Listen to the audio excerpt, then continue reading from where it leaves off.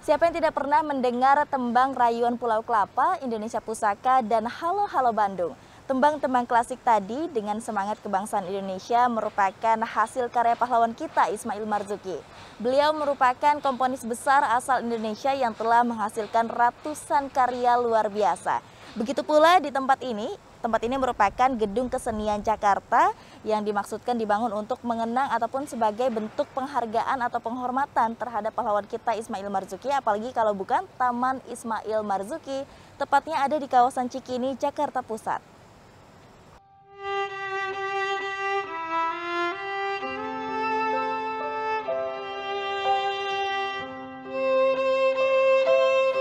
Diresmikan pada 10 November 1968 oleh Gubernur DKI Jakarta Ali Sadikin, Taman Ismail Marzuki ini sebagai bentuk penghormatan kepada tokoh Ismail Marzuki yang dikenal sebagai putra Jakarta, komponis, sekaligus pejuang kemerdekaan. Desain bangunannya pun terinspirasi oleh karya Ismail Marzuki yang berjudul Rayuan Pulau Kelapa.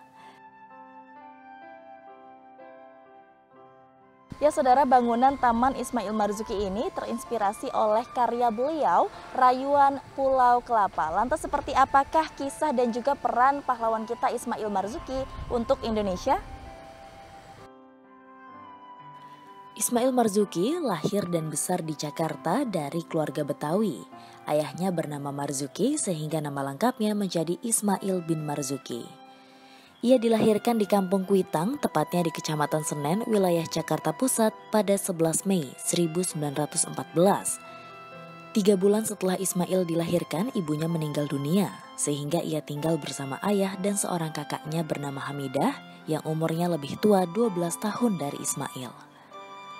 Dunia musik sudah menyelimuti hari-hari Ismail sejak kecil. Sang ayah yang juga seorang pemain rebana yang biasa dinamakan seni berdendang. Latar belakang keluarga, pendidikan, dan pergaulan membawa Ismail Marzuki menjadi seorang musisi yang memiliki sikap patriotisme tinggi. Saat berusia 17 tahun, pria yang sering disapa Maing ini mengasah potensinya dengan berlatih. Pada 1923, ia bersama teman-temannya menjadi anggota perkumpulan musik Lift Java. Dari perkumpulan tersebut, bakatnya berkembang dengan baik sebagai instrumentalis, penyanyi, penyiar lagu, dan juga mulai menciptakan lagu. Perkembangan eksistensi peradaban suatu bangsa tak akan terlepas dari pengaruh kesenian. Citra sebuah peradaban sangat bergantung pada hasil karya seni dan sastra yang dihasilkan pada peradaban tersebut. Seni dan sastra menjadi salah satu media utama dalam mewujudkan persatuan Republik Indonesia. Karya Ismail Marzuki mengandung banyak nilai-nilai perjuangan yang membangkitkan rasa persatuan serta patriotisme. Ia memilih melakukan perlawanan terhadap kolonialisme melalui seni musik, sehingga Indonesia mengenal sosok Ismail Marzuki sebagai pahlawan sekaligus maestro musik Indonesia. Beberapa karya Ismail Marzuki diantaranya O Sarinah, Rayuan Pulau Kelapa, Melancong di Bali, Halo Halo Bandung, Mars Arek-Arek Surabaya, Indonesia Tanah Pustaka, Gugur Bunga di Taman Bakti, Sepasang Bola Mata, Selamat Datang Pahlawan Muda, Selendang Sutra, dan sebagainya. Sebenarnya kalau kita mendengar lagu-lagu Ismail Marzuki, kita akan dengan segera bisa menemukan jawaban mengapa Ismail Marzuki patut menjadi pahlawan. Seorang Soekarno saja sampai berpikir untuk mengganti lagu Indonesia Raya itu dengan lagu ciptaan Ismail Marzuki pada tahun 1950-an. Selentingan beredar bahwa memang Soekarno pada tahun 1920-an akhir menyetujui agar lagu Indonesia Raya itu dijadikan lagu kebangsaan. Tapi kemudian dia merasa seperti dicatat dalam studinya Hans van Miert itu lagu Indonesia Raya itu terlalu ke barat-baratan gitu. Dan dia menemukan lagu yang paling cocok adalah lagu Ismail Marzuki. Tidak jadi sih, tidak kesampaian akhirnya lagu Ismail Marzuki menggantikan lagu Indonesia Raya W.R. Supratman. Tetapi Soekarno pada tahun 1960-an itu memberikan penghargaan kepada Ismail Marzuki dan menyatakan bahwa seniman itu sejak zaman pergerakan sampai zaman revolusi memainkan peranan penting dalam proses kita menjadi Indonesia.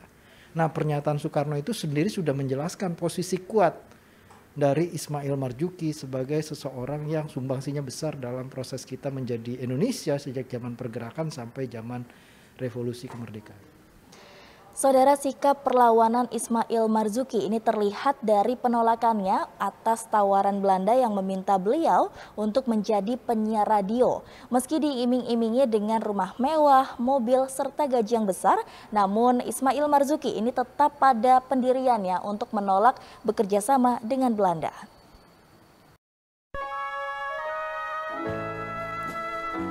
Pada 1950 merupakan tahun yang cukup sulit bagi Ismail Marzuki. Hal ini dikarenakan beberapa pihak yang berusaha untuk memecah usahanya untuk mengembangkan kesenian daerah.